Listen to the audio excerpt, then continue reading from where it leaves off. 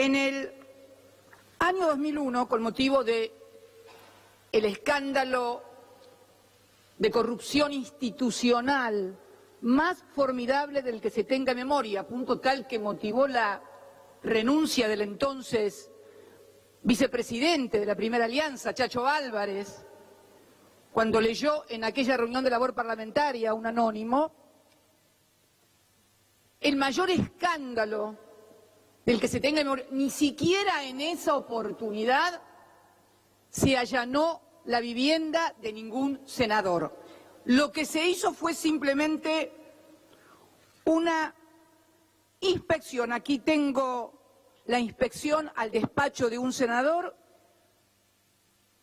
Genud presidía, continuamos con el orden previsto en el plan de labor parlamentaria, el extinto senador Genud, a quien conocí, fui también colega en este mismo recinto, y lo único que se hizo en esa oportunidad, donde se acusaba a los senadores de ambos partidos mayoritarios de haber recibido coimas para aprobar una ley, lo único que se hizo al despacho del senador Cantarero fue una inspección ocular por parte del juez Liporache. Mire,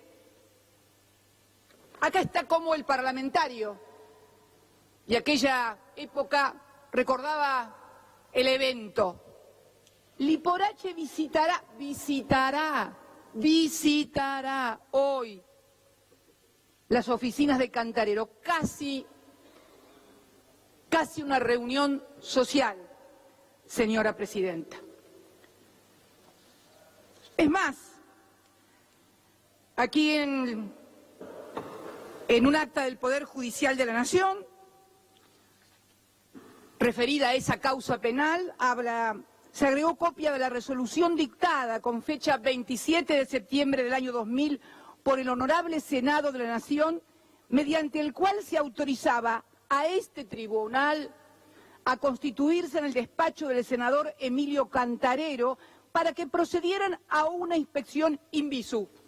Esto es todo lo que se hizo. No es cierto lo que se dijo hoy aquí para fundamentar esto. Y además lo recuerdo muy bien, ¿sabe por qué, señora presidenta? Porque además a los que hoy hablan del respeto a la ley, para evitar una crisis institucional que podía presuponer la declaración de un senador ante el quite de los fueros para prestar declaración indagatoria, porque en aquel momento no estaba permitido esto, no se le podía tomar declaración indagatoria a un legislador, el juez tenía previamente que desaforarlo. ¿Qué se hizo? Se modificó la ley de fueros. No solamente no se citó, no se allanó a nadie, sino que además modificaron la ley de fueros. ¿Y sabe por qué lo recuerdo? Porque yo en ese momento había dejado ya de ser senadora, me habían expulsado de ese bloque. O sea, voy a ser la primera senadora allanada, fui la primera presidenta mujer y fui también la primera senadora expulsada del bloque oficialista. Como verá, vocación de hacer cosas inéditas tengo como política. Y me acuerdo muy bien porque ya era entonces diputada de la Nación. Había renunciado a mi banca, la que me correspondía como senadora hasta el 2001, y me había ido a competir por una banca de diputados para ayudar en ese momento a nuestro partido que estaba hackeado.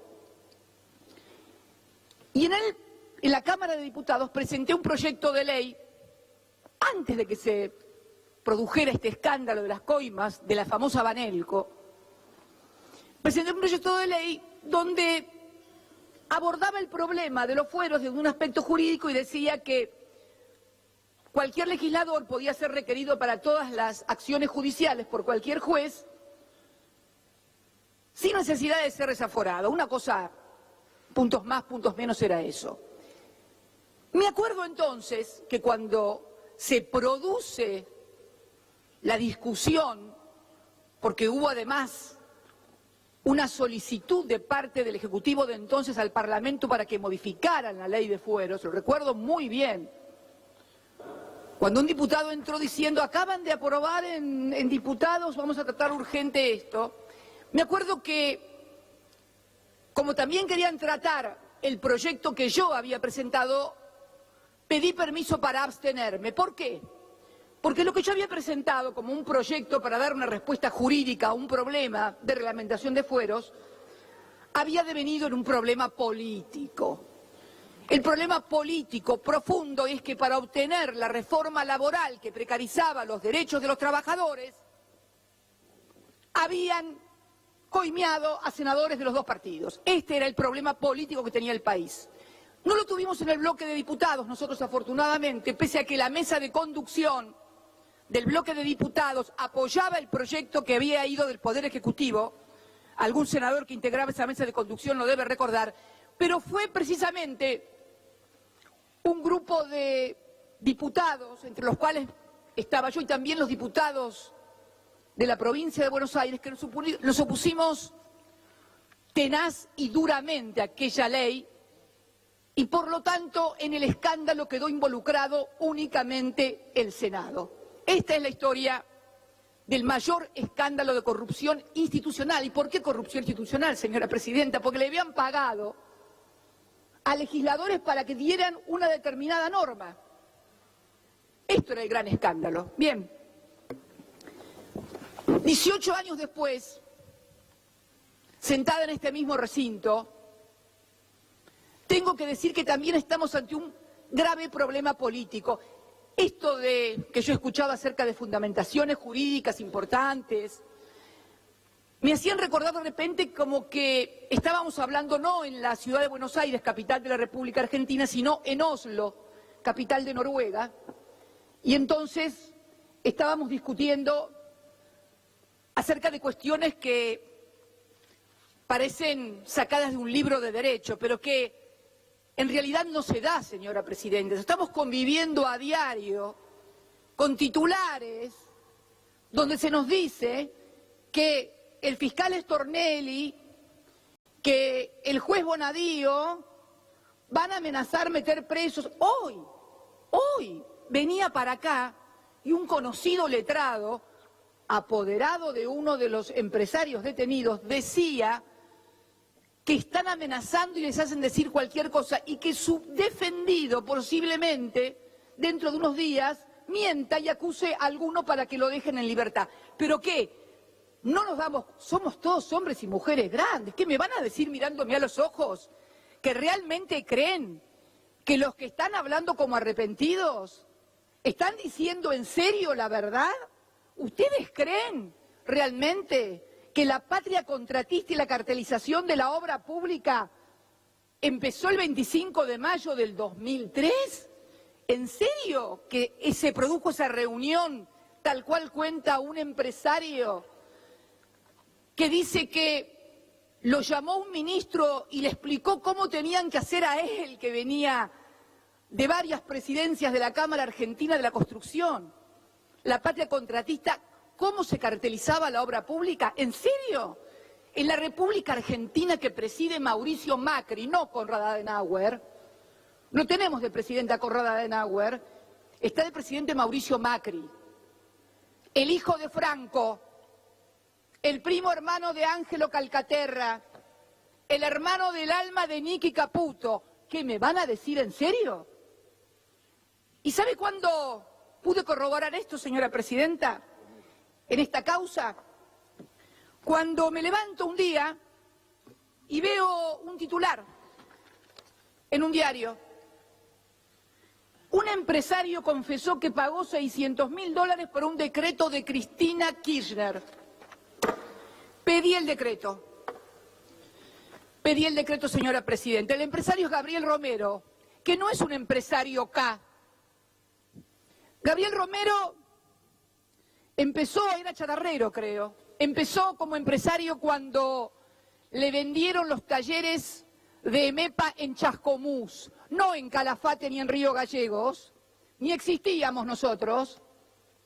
Ahí empezó su despegue como empresario, y si tiene alguna cercanía no es con los K ni con una familia presidencial K, en absoluto. Este empresario, siempre a tenor de lo que titulan los diarios, decía que había tenido que pagar $600.000 por un decreto que yo había firmado. Lo pedí.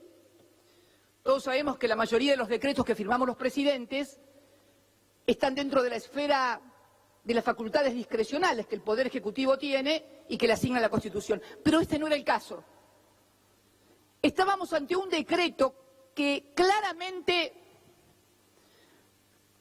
establecía un método de construcción de la decisión en la cual el presidente lo único que podía hacer cuando esto culminaba era ratificar lo que había venido a sus manos, porque antes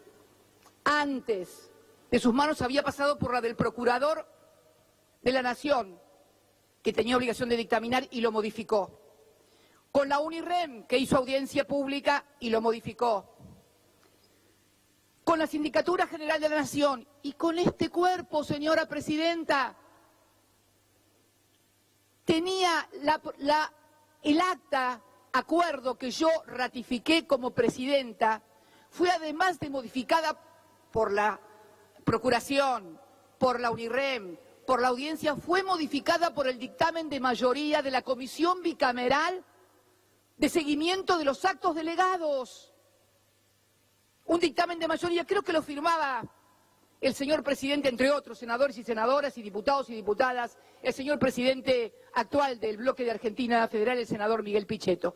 Recién después de todas esas firmas y de todas esas aprobaciones, llegó a mi despacho. Pero ahí me acordé de otras cosas también. Ahí me acordé que este decreto que versaba sobre la renegociación de la hidrovía, que mencionaba hoy el senador Pino Solanas, yo había conocido al señor Romero en el año 2008, cuando asumí como presidenta, teníamos un problema esta renegociación del contrato. La empresa sostenía que la AFIP le aplicaba mal la liquidación del IVA, pedía que hubiera una interpretación que avalara lo que ellos sostenían que debía liquidarse como impuesto.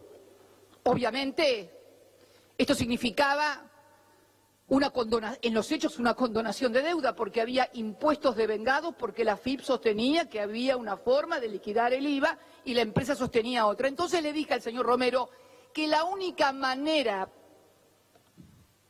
y la única institución que podía modificar eso era el Parlamento. Es el único organismo constitucional que puede condonar deuda a través de una modificación interpretativa de una forma de liquidar. Y la verdad que el señor Gabriel Romero deberíamos considerarlo porque obtuvo algo que a mí nunca me salió. Consiguió que el Parlamento argentino, el 10 de diciembre del 2008, por unanimidad, sancionara una ley de 3 artículos en los cuales se modificaba o se aclaraba cómo debía liquidarse el IVA, el impuesto al valor agregado, en todas las tareas de balizamiento, dragado, etcétera. O sea, no pusieron hidrovía porque quedaba mal en la ley. Pero lo cierto es que en una ley de 3 artículos, para subsanar esa diferencia de interpretación, y digo que es notable porque a mí como presidente se me había implosionado el bloque oficialista. A partir del conflicto con la 125, algunos diputados, diputadas, algunos senadores, senadoras se habían ido. Estaba en ciernes la conformación de lo que después más tarde sería el Grupo A, con lo cual nunca pude conseguir una ley de estas características, tributaria, condonatoria de una gran suma de dinero en materia de impuestos por unanimidad.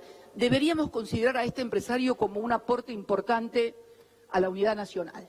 Los que están tan preocupados por saltar la grieta, aparentemente su ductilidad y sus capacidades son mucho mejor que la mía, que las nuestras, todas en general, que seguimos votando en forma dividida. Digo esto, señora Presidenta, porque a partir de ahí me di cuenta que en realidad lo que le deben haber pedido al empresario para que quede en libertad, él no fue detenido su segundo, porque además otra cosa, eran detenidos uno la tercera línea, en otra empresa la primera, o sea, cuanto más importante era el empresario o más vínculos tenía con todos los sectores políticos, menos riesgo de ir preso que el resto, ni qué hablar del primo presidencial, que finalmente termina aportando, porque esta es la otra cuestión también, qué bárbaro, empresarios que aportan a los populistas y los de la UH le aportan a ustedes.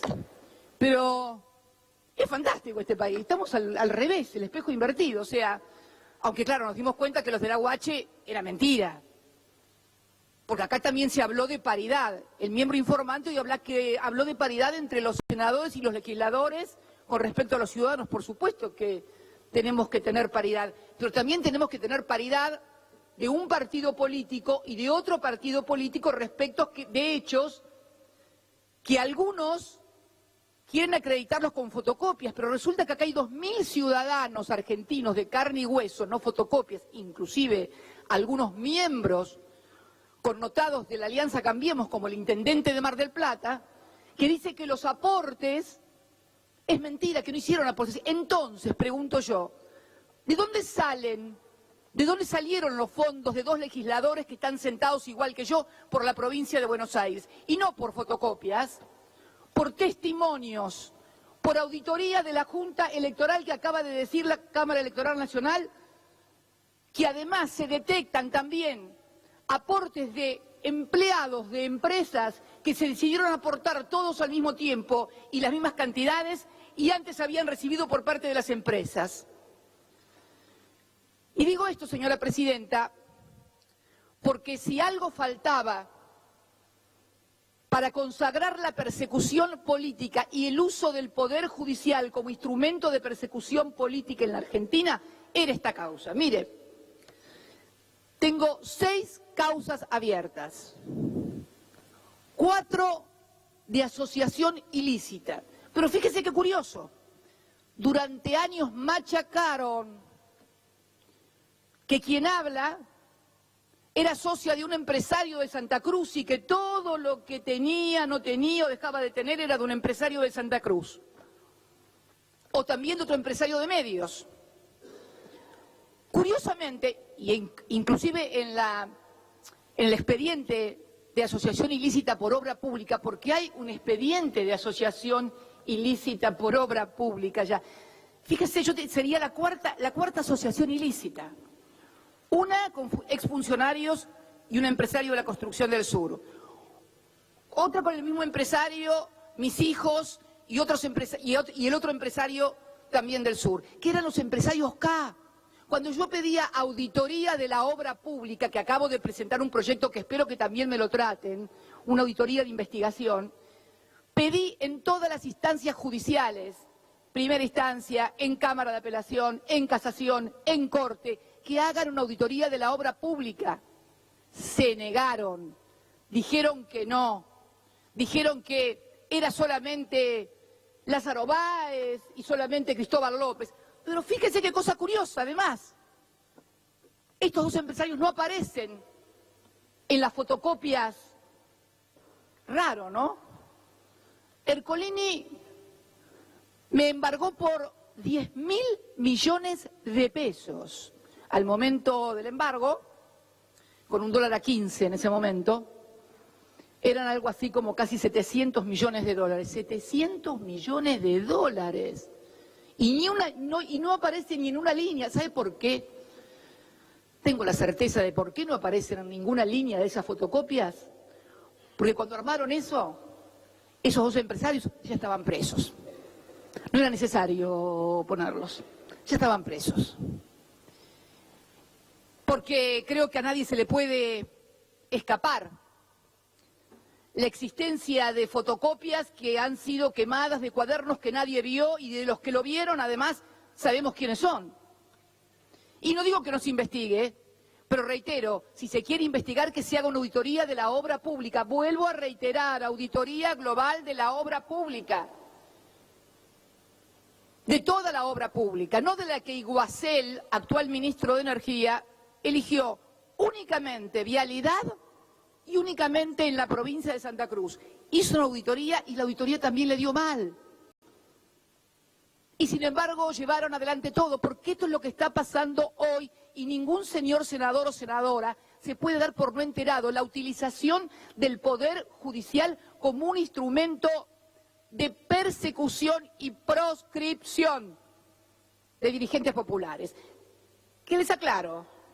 Más allá de la categoría de juez enemigo del señor Bonadío, el señor Bonadío es un instrumento, un títere en definitiva. Esto es un modelo regional que podemos estar viendo en Brasil claramente. El otro día, cuando finalizaba el discurso del señor presidente del bloque de Argentina Federal, hablaba de que todo esto deteriora la política, en fin, y que se llegaba así en Brasil que un militar de derecha, fascista como Bolsonaro, que podía llegar presidente. Se le olvidó un detalle, que el que puede ser presidente y gana en primera y segunda vuelta se llama Ignacio Lula da Silva. Y si no puede competir y ganar y ser presidente, ¿sabe por qué es senador? Porque lo metieron preso porque ganaba las elecciones. ¿Le suena? A mí me suena, y mucho. Me suena y mucho y me suena, y digo, señora presidenta. Perdón. Y digo, señora presidenta. Diríjase a la presidencia, por favor. Sí, me dirijo a la señora. Mire, presidenta, señores senadores y senadoras, yo he sido invocada por distintos senadores un montón de veces, que la expresidenta esto, en este recinto, en los programas de televisión cualquiera puede decir cualquier cosa, que no se atendía a la producción. Yo he soportado todas las críticas y parece ser que no puedo decir una palabra porque todo el mundo se molesta. Ustedes son testigos, señores senadores, compañeros y compañeras peronistas y colegas de las otras bancadas, cómo se me reprocha que tal política, que tal otra, que no hay autocrítica, que esto, que lo otro. Basta que yo diga algo para que salten como leche hervida. La verdad, todos son muy democráticos y amplios, en tanto y en cuanto la amplitud y la democracia se ejerza sobre otros y no sobre las propias conductas. Yo creo, sinceramente, señora presidenta, que estamos en un momento, lo decía hoy la senadora Sangnún de Santa Fe, del lawfare, en donde, decía recién un senador, no se puede comparar con la dictadura, es que ya no es necesario recurrir a los métodos que se vivieron durante la dictadura. En aquellas etapas había que suprimir al adversario, sobre todo cuando los adversarios eran indomables e incorregibles. Hubo una generación, señora presidenta, más allá de los errores, más allá de los extremismos, más allá de las terribles equivocaciones, que no se doblaba. Esto es así. Y porque no se doblaban, los desaparecieron a los 30.000. Tan simple y sencillo como eso. Hoy ya no es necesario. Hoy no es necesario andar matando dirigentes, desapareciendo gente, porque hay otra forma de desaparición, que es la eliminación mediática. Es lo que señalaba muy bien recién el senador Rodríguez Sá cuando decía el tormento de la exhibición permanente de la foto que ven tus hijos, tus vecinos, tus amigos, tus parientes. Cuando por ahí un senador o una senadora se equivoca, aun cuando tenga posturas que yo no comparto, pero que lo toman y entonces le dan 20, lo mortifican y le dicen, mira el estúpido, la estúpida esta lo que dijo, y dale, y dale, y dale. Eso también es una forma de presión sobre los legisladores y las legisladoras. Hoy no es necesario recurrir, pero, a ver, no estoy explicando ni contando nada que ninguno de ustedes no sepa. Hoy la presión se da de otro modo. Y yo creo que esta instrumentación del Poder Judicial que se da aquí, en la Argentina, que se da en Brasil, que se da en Ecuador es una estrategia regional. No tengo ninguna duda y creo que quienes estamos sentados en estas bancas, con mayores o menores diferencias, también lo sabemos. Pero, ¿por qué es necesario esto? ¿Por qué hay que suprimir? Porque alguien dijo esto le puede pasar a cualquiera. Error, error, estas cosas no le pasan a cualquiera. Si los cualquiera votan lo que quiere el poder, si los cualquieras o cualquieros levantan la manito para reforma previsional, para pacto fiscal, para lo que necesite el poder de turno, no le pasa nada a nadie. Es mentira. Estas persecuciones le pasan a los que con errores y con aciertos creemos en algo y defendemos ese algo. Y yo creo en lo que hice como presidenta de los argentinos. Creo en la redistribución del ingreso. Creo en el empoderamiento de los derechos. Creo en las universidades públicas. Creo en la ciencia y la tecnología. Creo en todas y cada una de esas cosas. Creo en el desendeudamiento como un instrumento de autonomía en la toma de decisiones de un país. Sí creo en esas cosas. No me van a hacer arrepentir. Si creen que con los bonadíos, con los desafueros, me voy a arrepentir, no me arrepiento de nada de lo que hice. En todo caso, me arrepiento de no haber sido lo suficientemente inteligente o amplia para convencer y persuadir de que lo que estábamos haciendo, con errores o con aciertos, había mejorado la vida de millones de argentinos y había mejorado la posición de la República Argentina. Mire, Presidenta, cuando terminé mi mandato, el dólar estaba a 9.60, si mal no recuerdo. Cuando fui a dar mi primera declaración indagatoria con Bonadío por dólar futuro, y permítanme una digresión con este dólar futuro. Estamos a punto de ir a juicio oral por dólar futuro. Quien habla, mi exministro de Economía, Axel Kicillof, el expresidente del Banco Central, Enrique Banol, y todo el directorio de ese entonces del banco. Por dólar futuro, que no perdimos plata porque la diferencia de los 55.000 millones se produce cuando ustedes devalúan, ustedes devaluaron. Ustedes decidieron el precio de los contratos a futuro el 13 de diciembre. Mario Quintana, domingo 13 de diciembre, en la Casa de Gobierno, con el titular del ROFEX, en una negociación absolutamente incompatible con la función pública, porque además el señor Quintana y Caputo habían celebrado contratos a futuro que fui denunciada por por el senador Pinedo y el diputado Negri. Nos denunciaban que nosotros estábamos haciendo contratos de dólar a futuro para que los amigos nuestros se llenaran de plata. Cayó en Bonadío. Bonadío allanó en plena campaña electoral y en plena ronda cambiaria el Banco Central. Resulta ser que no hubo un solo funcionario de mi gobierno, ni allegados ni conocidos, que hubieran celebrado contratos futuros. Los que habían celebrado contratos futuros eran ustedes. Y los que vamos a juicio oral somos nosotros. No voy a entrar en las LEVACs, no voy a entrar en los botes, en los botes van a entrar, me parece, en algún momento todo el mundo, si vamos y seguimos como estamos, pero no voy a entrar en esas cosas, no voy a entrar en la quema de reservas, no, porque quema en realidad sería que se quemara y no se lo llevara a nadie. En la entrega de reservas vergonzosa y delictiva que hicieron para mantener el tipo de cambio, se pudieran retirar el JP Morgan y otros grandes fondos de inversión que además habían tenido como empleados a los actuales funcionarios. Es un escándalo y ustedes lo saben. Y los procesados somos nosotros. Y los que luchan contra la corrupción son ustedes, pero por favor, ¿nos tomaron a todos de estúpidos o de estúpidas? Cuando fui, decía, a declarar en ese momento la indagatoria el 13 de abril del 2016, el dólar estaba ya a 14.60, creo, 14.60.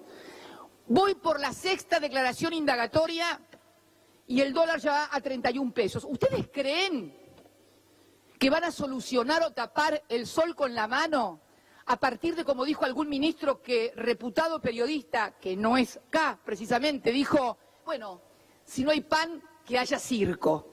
Esta es la otra gran maniobra del lawfare.